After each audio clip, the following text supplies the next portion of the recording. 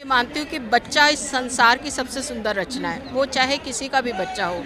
लेकिन अगर आपको बच्चे को देख कर के मन में ये आ रहा है कि ये दलित का बच्चा है, ये ब्राह्मण का बच्चा है या कोई भी बच्चा है, ये गरीब का बच्चा है, तो इस तरह के विचार आना ही आपको टीचर बनने लायक नहीं बनता। आप टीचर बनने लायक ही नहीं अगर आप बच्चे को उसकी जाति के रूप में देखते हैं।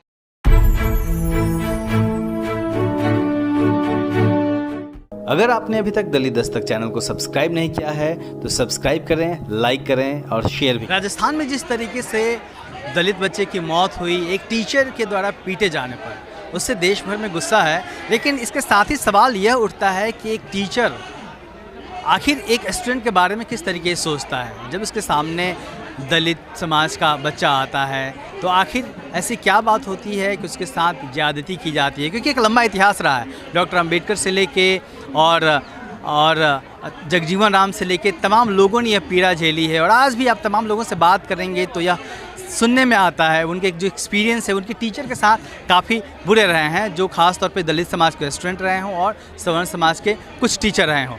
हमारे साथ अनीता भारती जी, जो खुद दिल्ली सरकार में, दिल्ली में जो स्कूल है उसकी टीचर है, कि स्कूल में प्रिंसिपल हैं।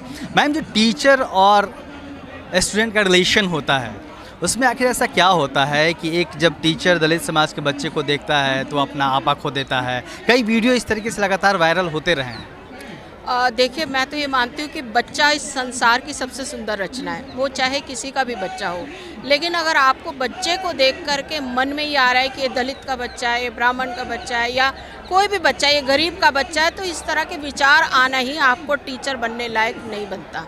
आप टीचर बनने लायक ही नहीं अगर आप बच्चे को उसकी जाति के रूप में देखते हैं। और मुझे लगता है क्योंकि शिक्षा पे पूरा का पूरा एक वर्चस्ववादी ताकतों का कब्जा रहा, तो क्या हुआ कि टीचर भी वही बने। जब टीचर वही बने तो अपनी जाति को लेकर के आए।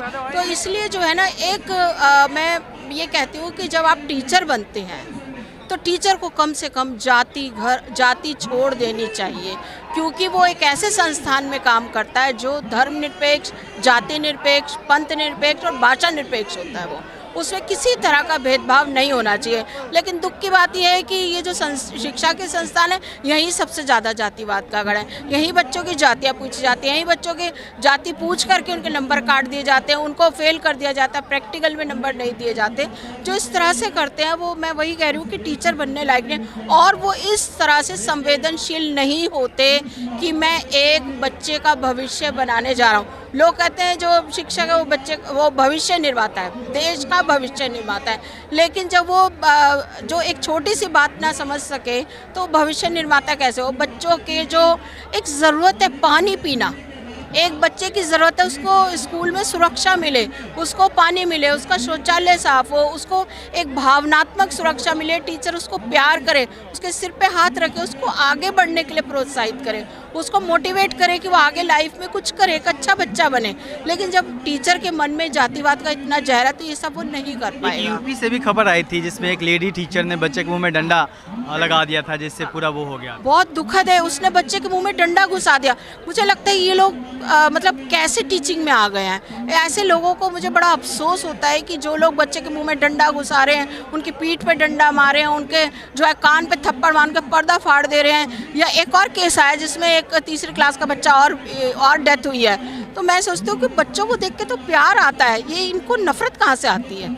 और मैम, एक चीज़ और है, अमूमन जो इस तरह की खबरें आती हैं उसमें जो पीड़ित होता है वो दलित समाज का ही बच्चा होता है।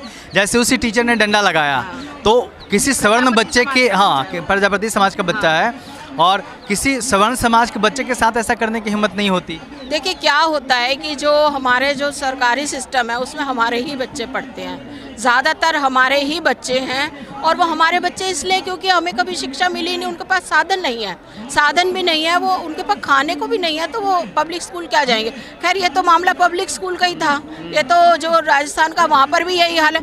तो ये जहाँ जहाँ जाते हैं अपनी अपनी जाति को लेके जाते हैं। तो इसलिए जो क्रूरता, जबकि सरकार ने इतना क्लियर मैंडेट है कि बच्चे को कॉर्पोरल पनिशमेंट, इंडिविजुअल पनिशमेंट, शारीरिक दंड देना अपराध है ये। तो टीचर्स को जो ट्रेनिंग मिलती है क्या वो सफिशिएंट है आपको लगता है, या फिर उसमें कुछ सुधार की ज़रूरत है? मुझे लगता है कि इस पे फिर से बातचीत होनी चाहिए और इसमें इन चीज़ों को शामिल किया जाना चाहिए चुनौतियाँ, शिक्षा की चुनौतियाँ, जातिवाद कैसे चुनौती बना, उससे हम कैसे डील करें, या फिर जो सांप्रदायवाद है वो किस तरीके से लोगों में जो बैठा हुआ है उसको कैसे, ये फिर दोबारा से बात होनी चाहिए। और इस पे मुझे लगता है कि सिर्फ कोर्स में शामिल नहीं करना, इसको बड़े लेवल पे हमें एक चर्चा छेड़ने की ज़रूरत है। और सर, जो गवर्नमेंट स्कूल होते हैं उसमें आप कर सकते हैं, प्राइवेट स्कूल में जो इस तरह की घटनाएं होती हैं उस पर किस तरीके से अंकुश लग सकता लगता है देखिए, प्राइवेट स्कूल बिल्कुल ऐसे नहीं होते हैं कि उन पे कोई कब्जा नहीं हो सकता।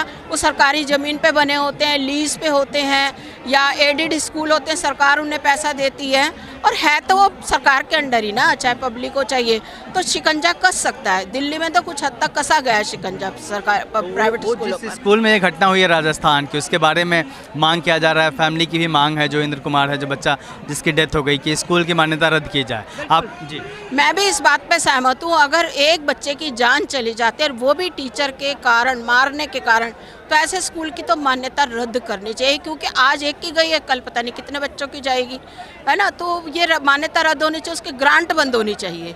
और मुझे लगता है टीचर्स को जो है वो, उसको तो जो कानूनी कार्रवाई, सख्त से सख्त कानूनी कार्रवाई होनी चाहिए, बल्कि मुझे लगता है अन्य टीचरों को भी इधर से उधर भेज देना चाहिए, स्कूल बंद कर देना चाहिए। Thank you so much ma'am. सवाल बड़ा है और निश्चित तौर पे सोचने की ज़रूरत है शिक्षक को, सरकार को, और पूरे सिस्टम में एक बार फिर से बहस जरूर होनी चाहिए।